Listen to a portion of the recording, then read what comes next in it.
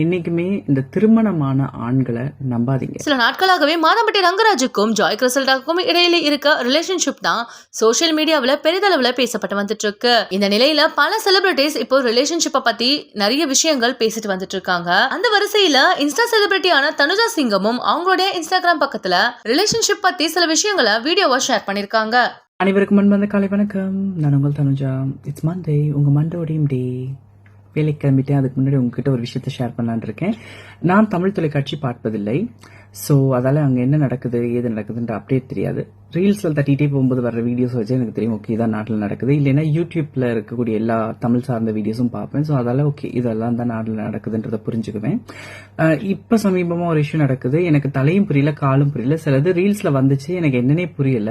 சில பேர் கமெண்ட்ல கூட எனக்கு எழுதியிருந்தாங்க, அப்போவும் எனக்கு புரியல.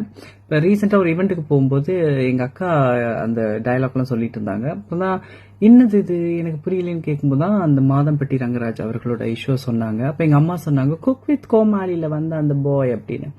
அப்போதான் எனக்கு ஓகே அந்த பாய் ஏதோ வந்திருக்காரு அப்படின்னு சொல்லிட்டு அதுக்கப்புறம் போய் அப்டேட் பண்ணி பார்த்ததுல தெரிஞ்சிருச்சு ஓகே இவர் இந்த மாதிரி சமையல் ரீதியாக ஃபேமஸாக இருந்த ஒரு ஆள் அப்படின்லாம் புரிஞ்சிருச்சு. அப்போதான் எனக்கு எல்லாம் கனெக்ட் பண்ணக்கூடிய மாதிரி இருந்தது. அதுக்கப்புறம் அவங்க இப்ப சமீபத்துல இஷ்யூ ஆகி பேசிட்டு இருக்க அந்த பெண்மணியோட இன்டர்வியூ போய் பார்த்தோன்னே எனக்கு கொஞ்சம் என்னோட லைஃபை ரிவர்ஸ் பண்ணி போன மாதிரி இருந்தது. அதால தான் இதை நான் பேசணும்னு ஆசைப்படுறேன். வாழ்க்கையில எல்லாமே நம்ம பெர்ஃபெக்டா பண்ண முடியாது. சில விஷயத்துல சறுக்கிட்டு தான் புத்தி வரும் நமக்கு. அந்த மாதிரி எனக்கு சறுக்கி விழுந்த பிறகு வந்த புத்தி அப்படின்னு வச்சுக்கோங்களேன். அதைத்தான் அந்த பொண்ணுட்டையும் நான் பாக்கணுன்றத சொல்ல வரேன். என்னன்னா என்னைக்குமே இந்த திருமணமான ஆண்களை நம்பாதீங்க. கேர்ள்ஸா இருக்கட்டும், திருநங்கையா இருக்கட்டும்,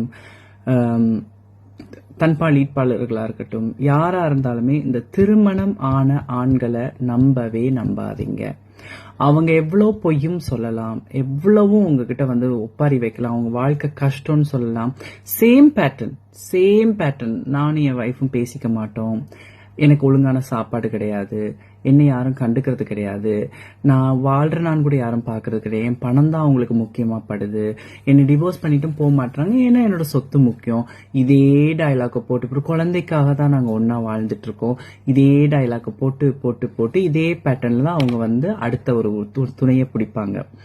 அந்த துணையை அவங்க சீரியஸாலாம் பிடிக்கிறது இல்ல. அவங்க டீனேஜ் காலத்துல செய்ய முடியாத கூத்தெல்லாத்தையும் திருமணம் பண்ணி முடிச்சுட்டு பண்ணிட்டு இருக்காங்க. இதுதான் இந்த கேவலமான கலாச்சாரத்துல இருந்து வந்த ஒரு விஷயம். 10 வயதுல பழக வேண்டிய விஷயம், எனக்கு எந்த பொண்ணு பிடிச்சிருக்குன்னு சூஸ் பண்ணி தேர்ந்தெடுக்க வக்கு இல்லாதவனுங்க இந்த மாதிரி வாழ்க்கைக்காக யாரோ ஒரு ஆளை கல்யாணம் பண்ணிட்டு அதை இப்ப பண்ணிட்டு இருப்பானுங்க. இல்ல அவங்களோட மைண்ட் செட்டே ஒரு டர்ட்டியா தான் இருக்கு போல. வைஃப் மாருங்க நீங்க சேம் பேட்டர்ன், எங்கேயும் போட்டோ இல்ல அங்கல்ல ஒன்னா வெக்கேஷன் போக மாட்டாங்கன்னு நினைச்சிட்டு நீங்க உள்ள போனீங்கன்னா அதெல்லாம் நத்திங். அவங்க உங்களுக்கு காட்ட வேண்டியதை காட்டுறாங்க. அங்க வைஃப் மாருங்க சில நேரம் இவனுங்க அன்புக்காகவும் ஏங்கலாம், சில நேரம் இவனுங்க பாசம் கிடைக்காம பழகியும் போயிருந்திருக்கலாம், வெறுத்தும் போயிருந்திருக்கலாம். அதெல்லாம் நீங்க அவனுங்க போனை எடுத்து சீக்கிரட்டா செக் பண்ணி பார்த்து ஒன்னொன்னா நீங்க கண்டுபிடிச்சாதான் உங்களுக்கு தெரிய வரும். ஆனா அது தெரிய வரும்போது நீங்க ஆல்ரெடி சாக்கடைக்குள்ள சிக்கிக்கிட்டு இருப்பீங்க. இதுதான் எனக்கு நடந்துச்சு. நான் தூங்கும்போது போன் எடுத்து பார்த்தா அங்க வைஃப் கெஞ்சிக்கிட்டு இருக்கா. ஓகே, என்னோட பேசு, என்னோட பழகுன்னு. புரியுதா? ஆல்ரெடி நானும் சாக்கடைக்குள்ள மாட்டிட்டு தான் இருந்தேன். But I manage to come out thanks to my friends. எனக்கு நல்ல ஃப்ரெண்ட்ஸ் இருந்தாங்க, என்னை ஹெல்ப் பண்ணாங்க, வெளியில வந்தேன். Thanks to my friends. நான் 10,000 தடவை சொல்வேன், நல்ல ஃப்ரெண்ட்ஸ் இல்லாட்டி வாழ்க்கையில் நம்ம நாசமா போயிடும். ஸோ நான் இப்போ உங்களுக்கு ஒரு நல்ல ஃப்ரெண்டா இருந்து சொல்றேன். கேர்ள்ஸா இருக்கட்டும், திருநங்கைகளா இருக்கட்டும், தன்பால் ஈட்பாளருக்கு மோஸ்ட்லி இது நடக்கும். அவங்களை எல்லாரும் இன்க்ளூசிவா ஏத்துக்கிறது இல்ல. நிறைய திருமணம் பண்ண ஆம்பளைங்க பொம்பளைய கல்யாணம் பண்ணிட்டு அவங்களுக்கு அந்த அவங்களோட ஆசையை தீர்த்துக்கிறதுக்காகவும் அவங்களுக்கு இருக்கிற அந்த ஏர்ஜுக்காகவும் தன்பால் ஈட்பாளரை தேடுவாங்க. ஏன்னா அவங்க தன்பால் ஈட்பாளர் இருப்பாங்க, மேபி பைசெக்சுவலா இருப்பாங்க. ஒரு பெண்ணை கல்யாணம் பண்ணிட்டு இந்த பக்கம் எனக்கு பிடிக்கலடா, அவளை விட்டுறணும்டா, என்ன பண்றதா, சமுதாயத்துக்காக என்ன பண்றதுன்னு தெரியாதுன்னு சொல்லிட்டு இந்த பக்கம் ஒரு பையனோட வாழ்க்கையை வீணாக்கிட்டு போவாங்க. அந்த பையனை இவன் டிவோர்ஸ் பண்ணுவான், காத்திருந்து அவன் வாழ்க்கையை சீரழிஞ்சு போயிடும். புரியுதா? தயவு செய்து என்னைக்குமே இந்த திருமணமான ஆம்பளைங்களை நம்பாதீங்க. முதல்ல டைவர்ஸ் பண்ணி அந்த பேப்பரை கொண்டு எனக்கு கொடு, இல்லாட்டி உன் எக்ஸ் ஒய்ஃபுக்கு போன் பண்ணி கொடு, அவகிட்ட நாங்க பேசிட்டு முடிவெடுக்கிறோம்னு சொல்லிடுங்க. சரியா? நம்பாதீங்க. இது தண்ணி மேல வீடு கட்டுற மாதிரி. அந்த வீடு என்னைக்கும் மூழ்கிடும். அதை நீங்க மிதக்க வைக்க முடியாது, அதை கொண்டு போய் நீங்க கரை சேர்க்கவும் முடியாது. Always remember that.